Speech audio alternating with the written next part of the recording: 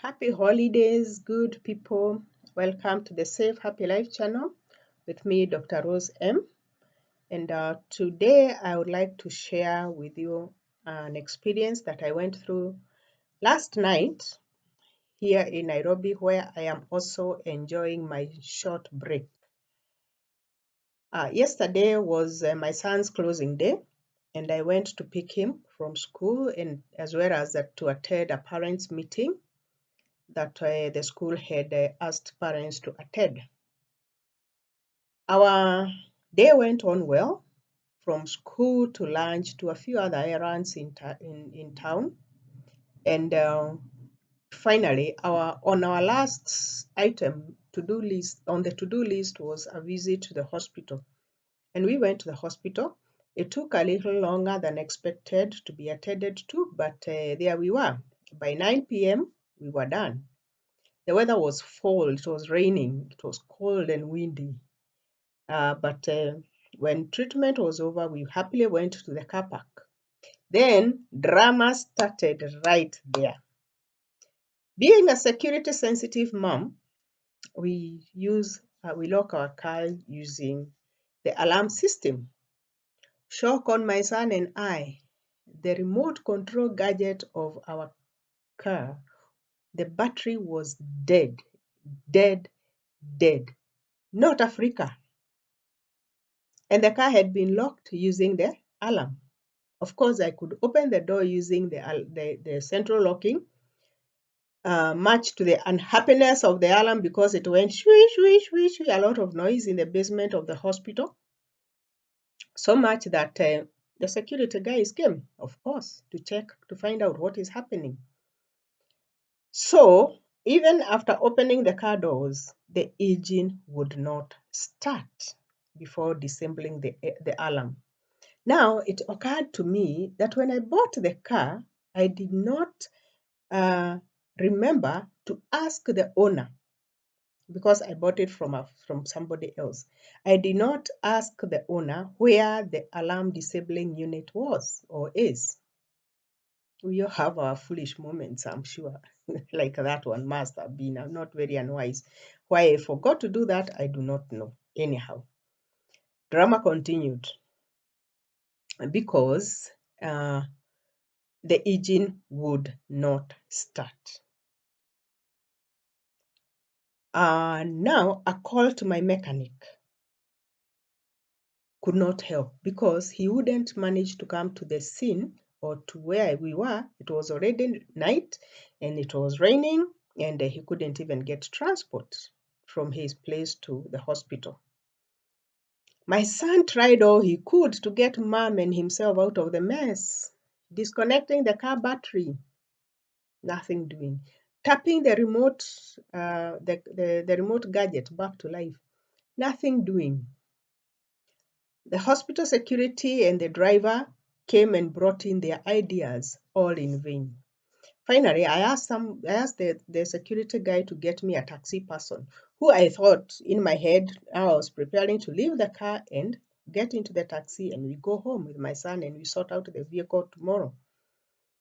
The rain continued pouring.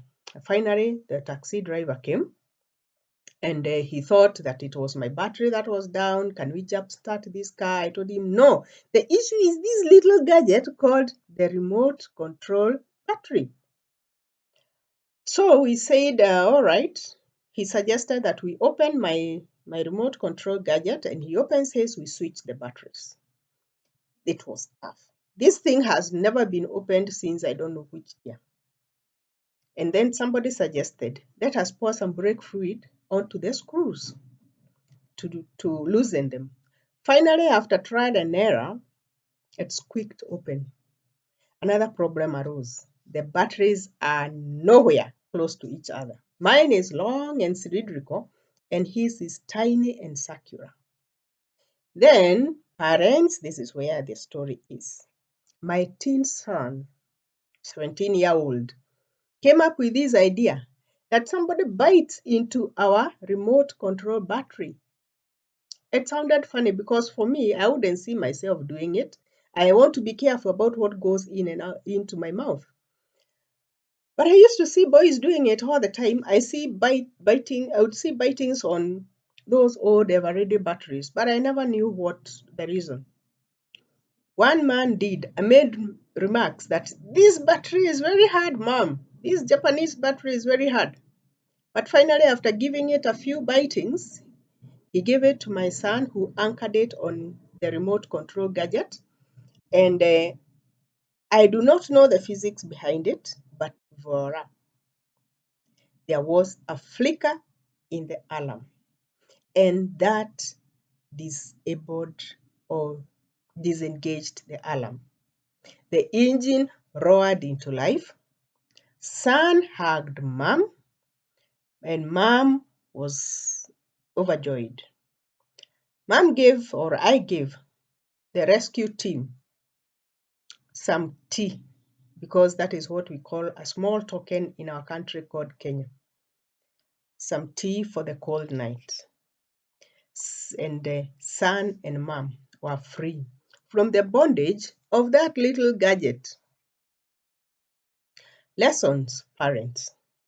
Of course, if you are a car owner, make sure that you know where the disabling unit of your alarm system is. And if you buy a vehicle that already has the alarm system installed, make sure you either remove it, you install yours, or you ask where is the disabling unit. And finally, parents, our children have ideas. We cannot avoid or we cannot afford to ignore their ideas. They have great ideas. My son rescued the situation and to home we went happily.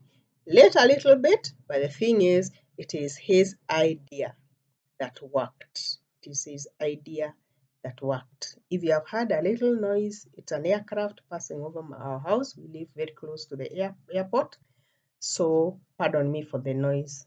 It's uncontrollable because of the environment or the situation where I live. Thank you very much for listening to me. Please continue subscribing, continue sharing, continue listening to those little points, little voices in our children as we continue to enjoy happy holidays. Thank you very much.